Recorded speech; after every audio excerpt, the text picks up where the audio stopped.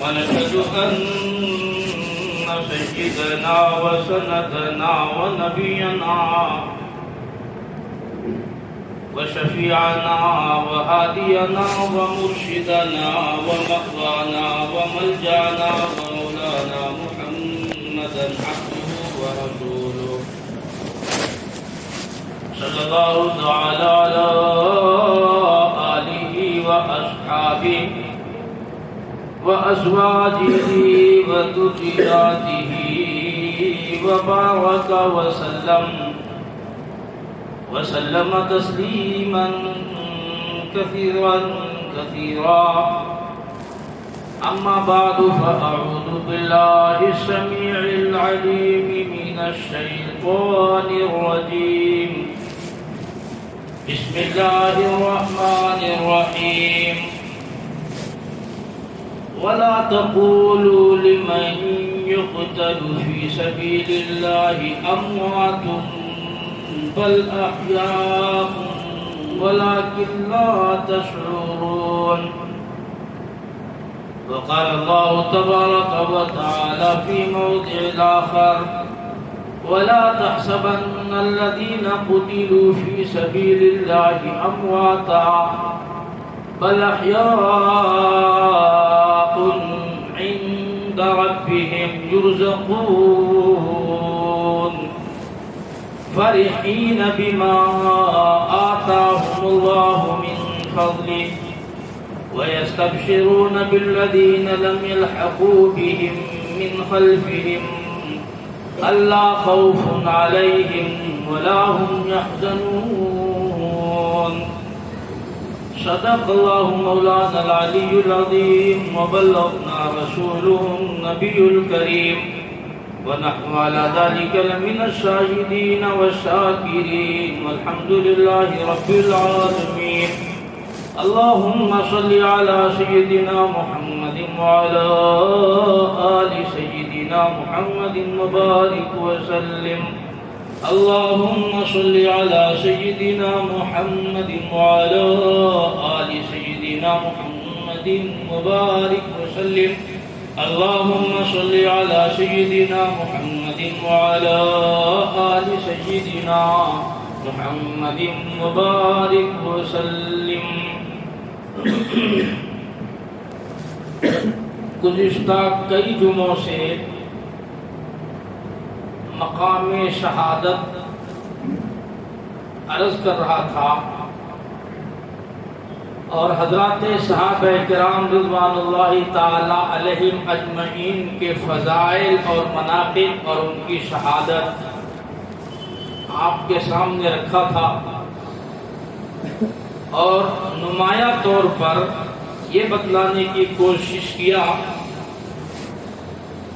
کہ اسلام کی تاریخ میں صرف حضرت حسین رضی اللہ عنہ کی شہادت نہیں ہوئی ہے، ان سے پہلے بے شمار صحابہ کرام نے اسلام کے لیے اپنا گھر، مکان، دکان، بیوی، بال بچے، اخیر میں سب سے پیاری جو جان ہوتی ہے اس کے لیے بھی صحابہ کرام نے دریغ نہ کیا اور قربانی دے کر کے دین ہم تک پہنچایا۔ چنانچہ اسی سلسلے کی کڑی تھی سیدنا حسین رضی اللہ تعالی عنہ کی شہادت کا، اور یہ بھی بتلایا تھا آپ کو کہ ہمارے بہت سارے لوگ وہ ہیں جو دیگر صحابہ کرام کی قربانیوں کو، ان کی شہادت کو ہائی لائٹ نہیں کرتے، اجاگر نہیں کرتے۔ ایک حسین ایسا معلوم ہوتا ہے کہ صرف حسین کی شہادت ہوئی ہے اور صرف حضرت حسین نے اپنی قربانی پیش کی ہے۔ اسی لیے علماء سنت والجماعت کا یہ عقیدہ ہے کہ محرم کے مہینے میں دیگر صحابہ کرام کے شہادت کو چھوڑ کر صرف حضرت حسین کی شہادت بیان کرنا قطعاً جائز نہیں ہے۔ تو میں نے آپ کے سامنے کئی صحابہ کرام کی شہادت کا مختصر خاکہ پیش کیا۔ حضرت عثمان غنی کی شہادت، حضرت عمر فاروق رضی اللہ تعالیٰ عنہ کی شہادت، پھر ان میں وہ بدری صحابہ کرام کی شہادت ہے، ان صحابہ کرام کی شہادت جن کو حضور نے خود اپنے ہاتھوں سے قبروں میں دفن کیا ہے، جن کے بارے میں اللہ کے نبی صلی اللہ علیہ وسلم نے اسی دنیا میں خوشخبری سنائی ہے کہ تمام بدری صحابہ جنتی ہیں۔ اور یہ بھی آپ کو بتلایا تھا حضرت حسین کی شہادت حضور صلی اللہ علیہ وسلم کے 60 سال کے بعد کا تقریباً یہ واقعہ ہے۔ ٹھیک ہے، حضرت حسین کی شہادت میں کوفے والوں نے، عراق والوں نے بڑی زیادتی کی ہے، بڑی ناانصافی کی ہے، لیکن اس کا یہ مطلب نہیں ہے کہ اس دنیا میں صرف یزید نے ظلم کیا۔ ہمارے علماء اہل سنت والجماعت کا یہ عقیدہ ہے کہ ہم یزید کو نہ رحمت اللہ علیہ کہتے ہیں، یزید کو نہ ہم لعنت اللہ علیہ کہتے ہیں، بلکہ ہم تو ہر اس گورنمنٹ کو تھوکتے ہیں اور اس گورنمنٹ کو برا بھلا کرتے ہیں جس کی حکومت میں کوئی ظلم ہو جائے۔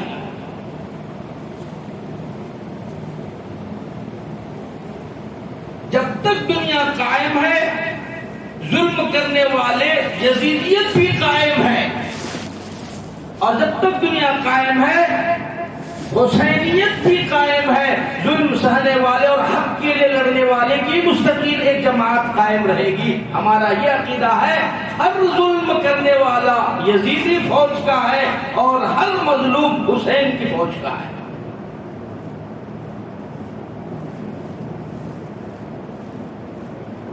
حضرت حسین رضی اللہ تعالی عنہ کے فضائل اور مناقب اور اس واقعے سے تعلق سے میں نے یہ باتیں آپ کے سامنے رکھی تھی کہ کوفے والوں نے آپ کو خط لکھ کر کے بلایا کہ آپ آئیں، ہم آپ کی بیعت کرتے ہیں، تو ان کی باتوں میں حضرت حسین کوفے کے لیے روانہ ہوئے۔ کوفے کا جو گورنر تھا عبید اللہ بن زیاد، اس نے مسلم بن عقیل کو شہید کر دیا، اور اس کے بعد حضرت حسین کے پورے قافلے کو ایک جگہ گھیر لیا۔ میں نے یہاں تک بات عرض کر دی تھی۔ پھر چلتے چلتے یہ قافلہ حضرت حسین کا ایک میدان میں رکا تو آپ نے پوچھا اس جگہ کا نام کیا ہے؟ تو وہ ساتھیوں نے بتایا اس جگہ کا نام ہے کرب بلا، جس کو آج شارٹ کٹ میں کربلا بول دیتے ہیں۔ تو یہ الفاظ سے ہی معلوم ہوتا ہے کرب کے معنی تکلیف کے ہیں اور بلا کے معنی مصیبت۔ کرب بلا۔ حضرت حسین رضی اللہ تعالی عنہ بڑی فراست کے مالک تھے اور آغوش نبوت میں تربیت پائی تھی۔ بتایا تھا آپ کو حضور نے جس کی تربیت کی ہو وہ کیسا ہوگا، حضور نے جس کو تعلیم دی ہو، حضور نے جس کی تربیت کی ہو، جس کو سنوارا ہو وہ کیسا ہوگا۔ آپ نے فرمایا سیدہ شباب اہل الجنہ الحسن والحسین رضی اللہ عنہما، میرا یہ بیٹا دنیا کے تمام نوجوانان جنت کا سردار ہے، میری بیٹی فاطمہ کائنات کی تمام عورتوں کی جنتوں کی سردار ہے۔ تو ان حضرات کو یوں ہی یہ مقام نہیں ملا صاحب، گھر بیٹھے مفت میں نہیں ملا تھا۔ ہاں، جیسا گھر بیٹھے باپ کی بلڈنگ مل جاتی ہے، کارخانے مل جاتے ہیں، فیکٹریاں مل جاتی ہیں، کاریں اور بہاریں، ہم یہ سوچتے ہیں کہ اچھا حضور نبی تھے اٹھا کے یہ مقام دے دیا۔ قربانی نہیں ہے، قربانیاں ہیں ان کی۔ سیدنا حسین رضی اللہ تعالی عنہ نے کربلا کے میدان میں خطبہ دیا فرمایا لوگوں تم نے ہمیں یہاں کیوں گھیرے میں لیا؟ ہماری خطا بتاؤ، جرم بتاؤ، ہمارا گناہ بتاؤ، ہم نے تمہارا کیا بگاڑا ہے؟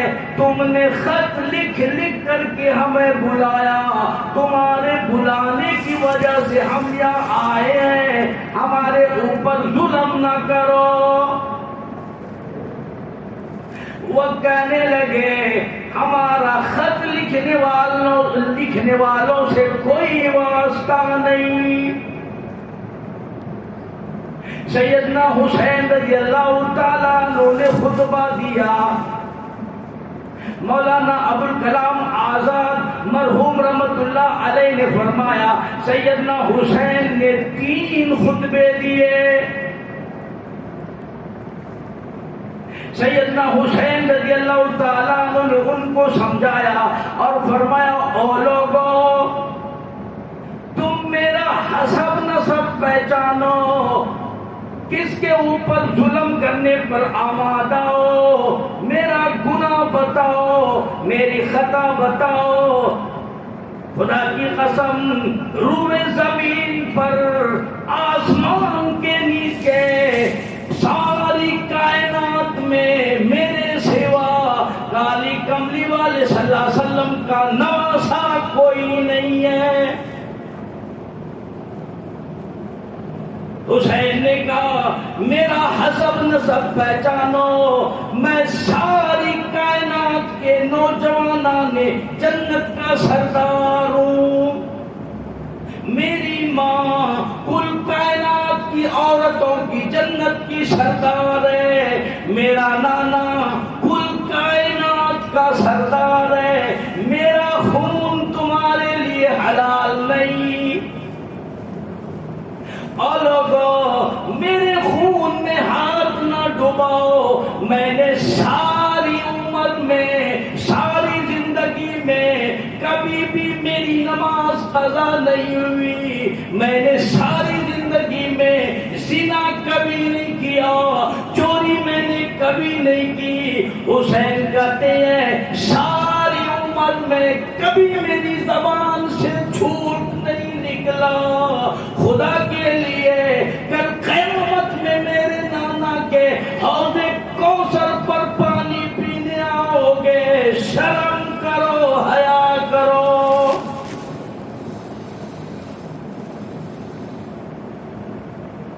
توجہ کیجئے گا، فوج کا جو کمانڈر تھا، علماء نے لکھا ہے حضرت ہود جو اس وقت کے فوج کے چیف گورنر کمانڈر تھے، یہ تقریباً 4000 کی فوج تھی، چاروں طرف سے فوجوں میں اکٹھا ہوتا گیا اور یہ کل 70 یا 72 آدمی تھے، 4000 فوجیوں نے گھیر رکھا ہے۔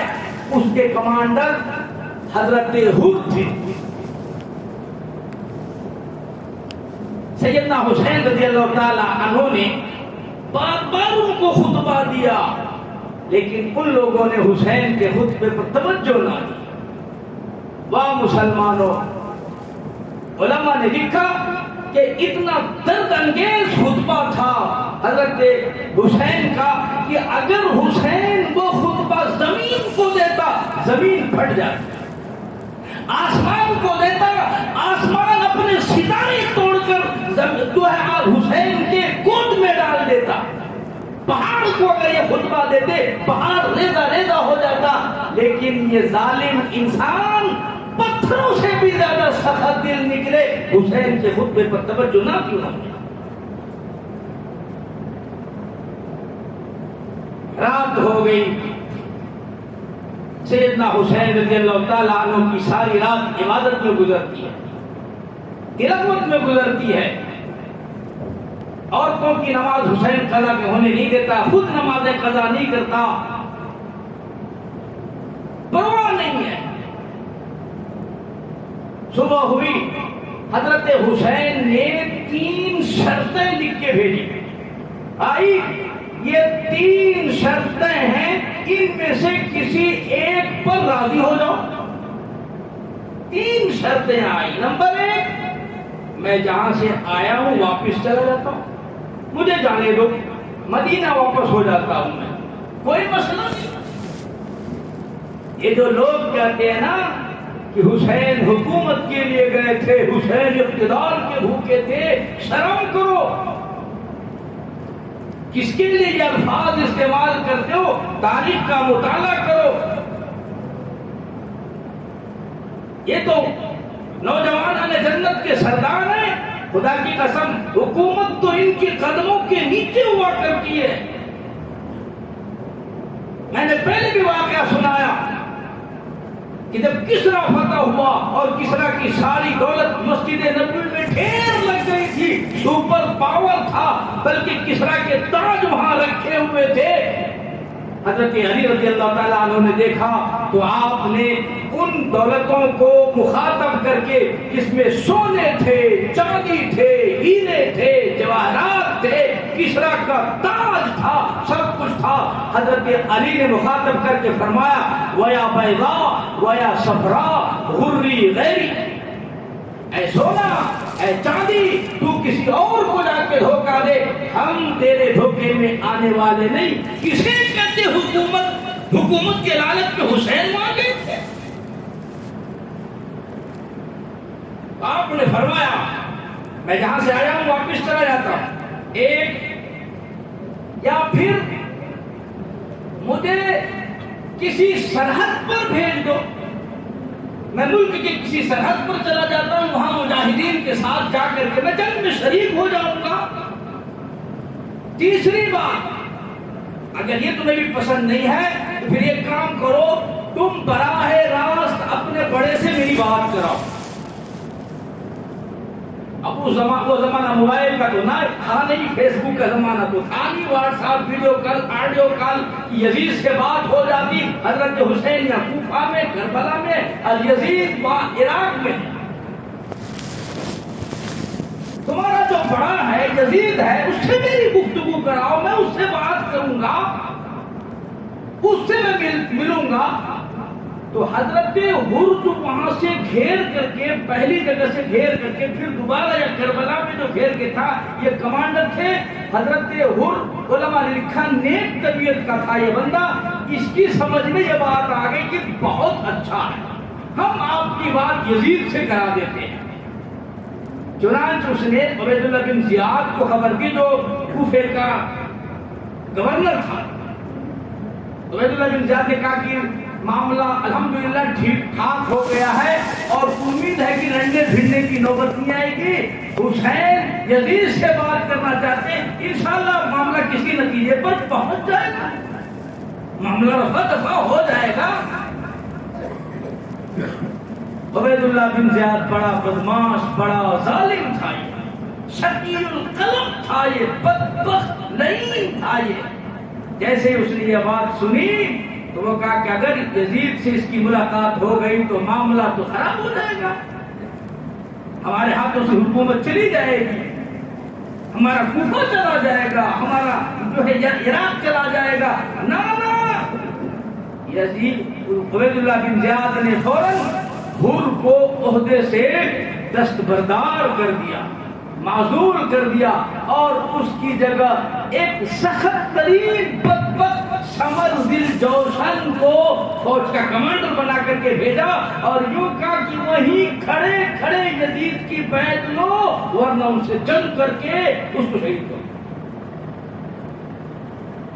اب حضرت حر پر پریشان ہے، تو ان کو گھیر کر کے لائے تھے، کئی دن سے ان کو پیچھا کر رہے تھے۔ یہ جاتے ہی سب سے پہلے اس نے پانی بند کرایا اور سختی شروع کر دی، اور معاملہ پھر خراب ہونے آ گیا۔ ادھر سے اعلان کیا کہ نا ہمیں تینوں میں سے کوئی شرط منظور نہیں ہے، تم وہیں سے کھڑے کھڑ یزید کے بیعت کا اعلان کرو۔ اللہ اکبر کبیرہ۔ سیدنا حسین رضی اللہ تعالیٰ عنہ فرمانے لگے، اور لوگوں تم نے ہمیں سمجھا نہیں، تم ہمیں بزدل سمجھتے ہو، تم ہمیں بے وقوف سمجھتے ہو، تمہیں معلوم نہیں ہم کس خاندان کی ہیں۔ خدا کی قسم ہمارا خاندان بہادروں کا خاندان ہے، جھک کر کے دب شیوا نہیں ہے. میرے نانا کے چچا نے 11 ٹکڑے کرائے پرواہ نہیں. ابو فقیہ کی پسلیاں توڑ دی گئی, زنجیرہ کی آنکھیں نکال لی گئی, سمیہ کے چیر کر ٹکڑے کر دیے گئے. کوئی بات نہیں ہے, میں اسی خاندان سے ہوں. ظلم کے سامنے جھک جانا, دب جانا میرا طریقہ کار نہیں. یہ سر کٹ سکتا ہے, ظالم کے سامنے جھک نہیں سکتا. شہید ہو جاؤں گا کوئی بات نہیں ہے. واہ حسین, حسین نے قرآن کریم کا عجیب مفہوم سمجھا. فرمایا وہ لوگوں وَلَا تَقُولُوا لِمَنْ يُقْتَلُ فِي سَبِيلِ اللَّهِ أَمْوَاتٌ بَلْ أَحْيَاءٌ وَلَكِنْ لَا تَشْعُرُونَ. فرمایا لوگوں جنہوں نے میری راہ میں قربانی دی, میرے نام پر گردن کٹائی, وَلَا تَقُولُوا تم اسے مردہ نہ کہو, بل احیاء وہ میرے پاس زندہ ہے, وہ میرے پاس زندہ ہے. تم اسے مردہ نہیں کہہ سکتے جنہوں نے اللہ کے نام پر اپنی گردنیں کٹائی ہیں, جنہوں نے شہادت کا مقام حاصل کیا. لوگوں تمہاری زبان کو اجازت نہیں ہے تم ان کو مردہ کہو.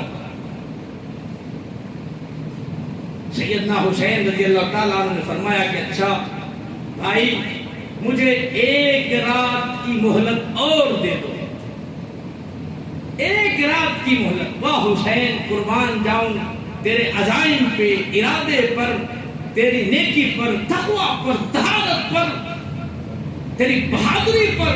حسین نے فوج اکٹھا کرنے کے لیے مہلت نہیں مانگی, حسین نے قوت منگانے کے لیے مہلت نہیں مانگی, حسین نے ہتھیار جمع کرنے کے لیے مہلت نہیں مانگی. حسین مہلت مانگی تو حسین نے قرآن کی تلاوت کے لیے مہلت مانگی, نماز کے لیے, دعا کے لیے, ذکر کے لیے, اللہ رب العزت سے بات کرنے کے لیے. اس لیے کہتے ہیں حسین عابد تھا, حسین زاہد تھا. حسین کا یہ عقیدہ ہے قرآن کریم سے بہتر کائنات میں کوئی اور نغمہ نہیں, قرآن سے بہتر کوئی نغمہ نہیں, نماز سے بہتر کوئی عبادت نہیں, سجدے سے بڑا کوئی اور عمل نہیں. ساری ساری رات حسین سجدے میں گزار دیتا ہے, قرآن کی تلاوت میں گزار دیتا ہے, قرآن کریم کی تلاوت میں ساری رات گزر جاتی ہے.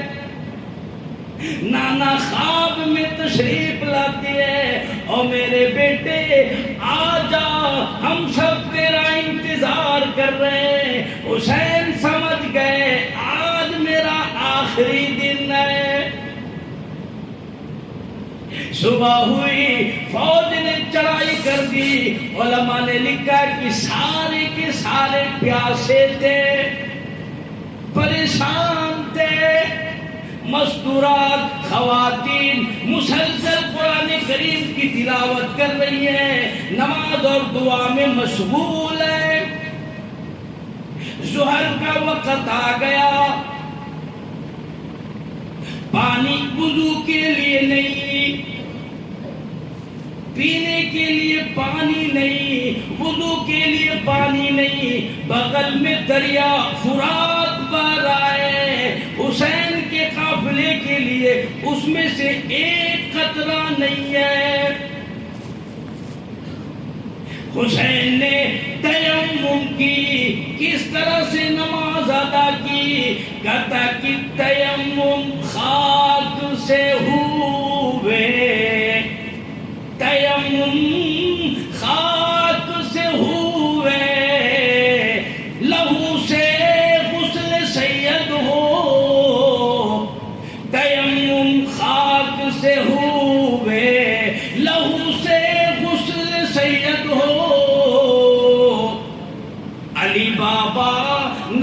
اطمینانا، شہادت ہو تو ایسی ہو، پڑھو ہر دم درود ان پر، شجاعت ہو تو ایسی ہو۔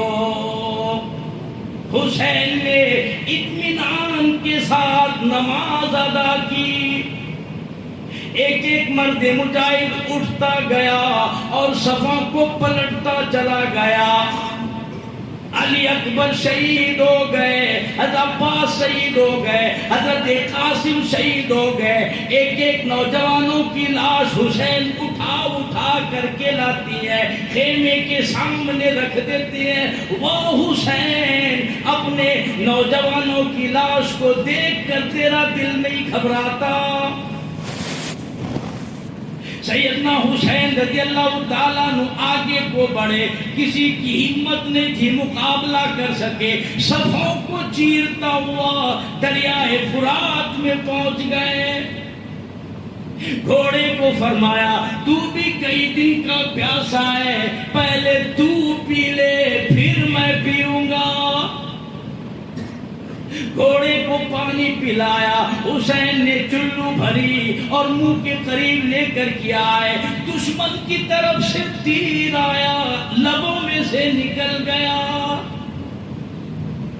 حسین واپس آ گئے۔ علماء نے لکھا، مولانا ابوالکلام آزاد مرحوم رحمت اللہ علیہ لکھتی ہے، سیدنا حسین رضی اللہ تعالیٰ عنہ لڑتے لڑتے نڈھال ہو گئے، کم سے کم تیروں کے تلواروں کے 80 سے بھی زیادہ زخم آ گئے۔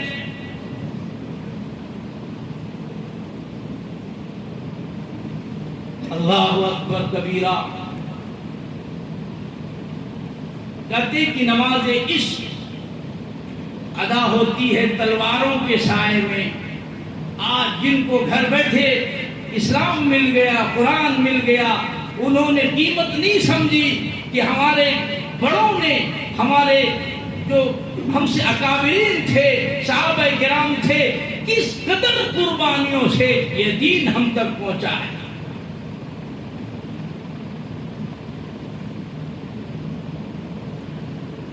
موقع پر، جہاد کے موقع پر صحابہ کرام نے تلواروں کے سائے میں نماز ادا کی ہے، لیکن اس کے باوجود صحابہ کرام نے نماز قضا نہیں کی۔ حسین کا عقیدہ ہے، جس کی زندگی میں نماز نہیں، اس کا حسین سے کوئی لینا دینا نہیں، حسین سے اس کا کوئی رشتہ نہیں ہے، حسین سے اس کا کوئی تعلق نہیں ہے۔ حسین نماز کے بغیر زندہ نہیں رہ سکتا۔ علماء کرام نے لکھا، سیدنا حسین تمام لاشوں کو اکٹھا کر کے جو حسین نہ رویا، مستورات کو تلقین کی، رونا نہیں، جزا فضا نہیں کرنا، کپڑے نہیں پھاڑنا، ماتم نہیں کرنا۔ حسین نے قرآن سمجھایا، او لوگو ولا تحسبن الذین قتلوا فی سبیل اللہ امواتا، جو شہید ہو گئے ان کے درجے بہت بلند ہو گئے۔ خواتین نے قرآن سیکھ رکھا تھا، کسی نے کپڑے نہیں پھاڑے، کسی نے جزا فضا نہیں کی، کسی نے ماتم نہیں کیا، کسی نے اپنے بال نہیں نوچے، اس لیے کہ حسین کا عقیدہ ہے، حسین کا یہ عقیدہ ہے، میرا قاسم زندہ، میرا علی اصغر زندہ، میرا علی اکبر زندہ، میرا عباس زندہ، میرے سارے شہید زندی ہے، اس لیے میں ماتم کیوں کروں؟ کہتا ہے کہ روئے تو وہ جو قائل ہوں اموات شہیدوں کے، کہتا کہ روئے تو وہ جو قائل ہوں اموات شہیدوں کے، ہم زندہ جاوید کا ماتم نہیں کرتے۔ ہم کیوں کہیں گے ہائے حسین ہائے حسین؟ ہم کیوں سینہ پیٹیں؟ ہم کیوں کہیں گے ہائے حسین؟ ہمارا حسین زندہ ہے، ہمارا حسن زندہ ہے، ہم تو کہیں گے واہ حسین واہ حسین، او حسین اگر تو اس دین کے خاطر قربانی نہ دیتا تو یہ دین آج بنگلور نہیں پہنچتا۔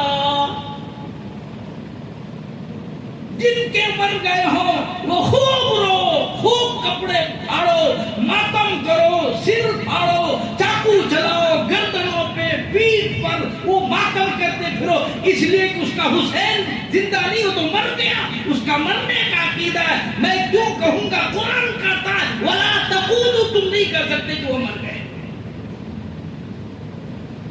تیرا عقیدہ قرآن پر نہیں، تیرا عقیدہ حدیث پر نہیں، تیرا عقیدہ حسین کے عقیدے سے میل نہیں کھاتا۔ حسین نہیں روتا، خواتین کو رونے کی تلقین نہیں کرتا، خواتین کو کہتا ہے یا ایھا الذین آمنوا اصبروا وصابروا ورابطوا واتقوا اللہ۔ سکینہ کو سمجھا دیا، اپنی بیٹیوں کو سمجھایا، اپنی عورتوں کو سمجھا دیا، کوئی جزا فضا نہیں کرنا، نماز اور قرآن کے ذریعے اللہ سے مدد حاصل کرو، کوئی غم کی بات نہیں۔ یوں لکھا سیدنا حسین رضی اللہ تعالی عنہ۔ سارے خاندان کو دیکھ کر کے جو حسین نہیں روئے، نہیں گھبرائے، ظلم کے سامنے نہیں جھکے، فرمایا کہ ہاں ابھی بھی بولو، جھک جاؤ، بات مان لو، ابھی بھی چھوڑ دیں گے۔ حسین نے کہا نا یہ سر کٹ سکتا ہے، جھک نہیں سکتا۔ سارے خاندان کو ذبح ہوتے ہوئے دیکھ کر جو حسین نہ روئے، ظالموں نے خیمے میں آگ لگا دی، مستورات عورتوں اور خواتین کی بے عزتی کی نوبت آ گئی۔ سیدنا حسین رضی اللہ تعالیٰ عنہ چلائے، او لوگو ہم سے تمہیں دشمنی ہوگی، ہم سے تمہیں نفرت ہوگی، ادھر کو نہ جاؤ، سیدہ فاطمہ الزہرا کے گھر کی خواتین ہیں، کالی کملی والے کا گھرانہ ہے، نبی پاک صلی اللہ علیہ وسلم کا گلشن ہے، حضور پاک صلی اللہ علیہ وسلم کا لگایا ہوا باغ ہے، شرم کرو، حیا کرو، اس طرف کو نہ جاؤ۔ علماء نے لکھا کہ سیدنا حسین رضی اللہ تعالی عنہ نے سر سجدے میں رکھ دیا۔ توجہ کریں، وقت قریب ہو گیا ہے، دو تین بات اہم کہتا ہوں۔ آپ نے بہت سنے ہوں گے واقعات، اور لوگ بہت سارے مرچی مسالے لگا کر کے آپ کو سنائیں گے، ہمیں تو وہ مرچی مسالہ لگانا نہیں ہے نا، کہتے نا وہ کربلا میں حلیم پکا تھا اور وہ راوی کھجوروں کے اوٹ میں کھڑے ہو کر روایت کر رہا تھا۔ اچھا وہ راوی کتنا بڑا بےمان ہوگا کہ گلشن نبوت اجڑ رہا ہے اور تو کھڑے ہو کر کے روایت کر رہا ظالم۔ ایک واقعہ سناتا ہوں جو مولانا ابوالکلام آزاد نے لکھی ہے، توجہ کیجئے گا کہ باہر سے ایک عورت سفر سے کہیں سے گزر رہی تھی، رستے میں تو وہ کربلا کے ہی قریب سے گزر رہی تھی، تو اس عورت نے ایک دم سے شور کی آواز سنی، جھگڑے کی آواز، لڑائی کی آواز، تو گھوڑے کے ہی نہلانے کے، تیروں کے، تلواروں کے جنگ میں جو آوازیں ہوتی وہ آواز سنی۔ وہ عورت کہنے کی بیٹا دیکھو تو صحیح یہ لڑائی اور جھگڑی کی آواز کدھر سے آ رہی ہے؟ تو بیٹا کہنے لگا اماں ایک کام کرو، تمہیں یہاں بیٹھ جاؤ، تمہیں ادھر کچھ بیٹھو، کہیں جانا نہیں تمہیں، میں دیکھ کر کے آتا ہوں۔ اماں وہاں بیٹھ گئی، بیٹا وہاں دیکھنے کے لیے چلا گیا، واپس آ کر کے رونے لگا اور کہنے لگا اماں ظلم ہو گیا، لوگوں نے گلشن نبوت کے کھیلتے ہوئے پتیوں کو مرجھا دیا، کلیوں کو توڑ کر کے مسل کر کے پھینک دیا، خاندان نبوت پر لوگوں نے چھرے چلا دیے۔ بنگلور کے مسلمانوں بہت بڑے مسلمان بنے پھرتے ہو، جنت میری، جنت میرے باپ کی، میرے خاندان کی، میں سید، میں حاجی، میں نمازی۔ خدا کی قسم وہ عورت ہے، توجہ کرو، وہ عورت کہنے لگی بیٹا اللہ کی قسم میں نے تجھے حلال کا جنا ہے، میں نے ساری زندگی میں کبھی زنا نہیں کیا، کبھی کسی غیر محرم پر میں نے نظر نہیں ڈالی، میں نے تجھے حلال کا جنا اور تجھے حلال کا دودھ پلایا، مجھے اپنے دودھ پر شک نہیں ہے، مجھے تیرے پر بھی شک نہیں ہے، لیکن یہ تو بتا مجھے تیرے ایمان پر آج شک ہو رہا ہے، خاندان نبوت پر اتنا بڑا ظلم ہوتے ہوئے دیکھ کر واپس مجھے بتانے کیوں آ گیا، کیسے آ گیا تو؟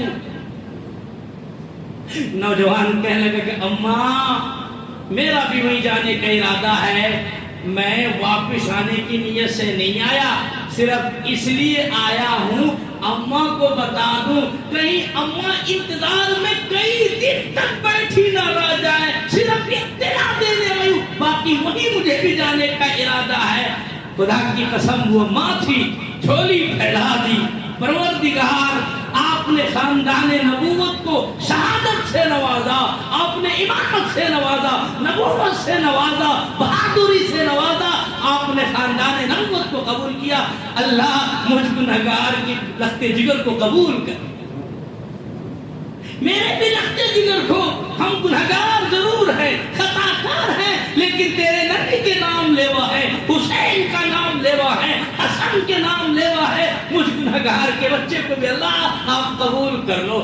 نوجوان میدان جہاد میں کود پڑا، لڑتے لڑتے شہید ہو گیا، انہوں نے سر کو تن سے جدا کر دیا، ماں جھولی پھیلا کر اپنے لخت جگر کی قبولیت کی دعا کر رہی تھی، وہ دیکھ رہے تھے، اس نے جھولی پھیلائی ہوئی ہے، سر کو تن سے جدا کیا اور پھینک کر کے مارا۔ قدرت کی بات تھی کہ وہ سر اس عورت کی جھولی میں آ کر کے گرا، وہ عورت تھی، تو مرد ہے، تیرا ایمان کیسا، تیرا عقیدہ کیسا، تیرا مذہب کیسا، تیرا ایمان کیسا، تیری قوت کیسی ہے، تیری جرأت کیسی ہے؟ وہ اپنے بچے کو چومتی نہیں ہے، چاٹتی نہیں ہے، پیار نہیں کرتی، بوسہ نہیں دیتی، کپڑے نہیں پھاڑتی اور ماتم نہیں کرتی ہے، سر کو کربلا کے میدان میں اٹھا کر کے پھینک دیے اور یوں کرتی ہے دادا اللہ کے راہ میں صدقہ دینے کے بعد ہم واپس نہیں لیا کرتے، یہ میں نے سر اللہ کے راہ میں صدقہ کر دیا۔ تو جہاں ایسے سلیم التبا لوگ ہوں، جہاں ایسے ایمان والے ہو، عقیدے والے ہو، پھر خاندان نبوت پر کوئی ظلم کرے دل تسلیم نہیں کرتا، دل نہیں مانتا، دل یہی کہتا ہے یہ ظالم باہر سے ہم جیسے مسلمان تھے، اندر سے یہ اسلام کے دشمن تھے، کافر تھے، منافق تھے، لعین تھے، ان المنافقین فی الدرک الاسفل من النار، یہ وہ لوگ ہیں جو ظاہر میں مسلمان ہوں گے اور باطن میں کافر ہوں گے، یہ وہ لوگ ہیں جو جمعے میں مسلمان ہیں اثر میں یہ کافر ہو جائیں گے، جمعے میں مسلمان بنیں گے مغرب میں یہ کافر بنیں گے، جمعے میں مسلمان کہلائیں گے عشاء میں یہ کافر سوئے رہیں گے، فجر میں یہ کافر سوئے رہیں گے۔ یہ وہی کوفے والے لوگ ہیں جن کا ظاہر کچھ اور ہے، باطن کچھ اور ہے۔ حسین نے پیغام دے دیا ان بے نمازیوں سے میرا کوئی تعلق، کوئی رشتہ نہیں ہے، حسین کا رشتہ نمازیوں سے، حسین کا رشتہ تلاوت سے ہے، حسین کا رشتہ قرآن سے ہے، حسین تو ہمارے دلوں میں بستے ہیں، جو صرف محرم میں یاد کرتے ہمیں اس کو حسینی نہیں مانتے، وہ حسین کے غدار ہیں۔ باقی انشاءاللہ وقت ہو گیا اور آپ کو سناؤں گا حسین نے کیا پیغام دیا ہے میدان کربلا سے اور کیا چاہتے ہیں حسین۔ انشاءاللہ اس کا زمین تقیم اللہ چاہا تو آگے جو میں انشاءاللہ عرض کروں گا۔ اللہ پاک ہمیں سچا پکا مسلمان بنائے۔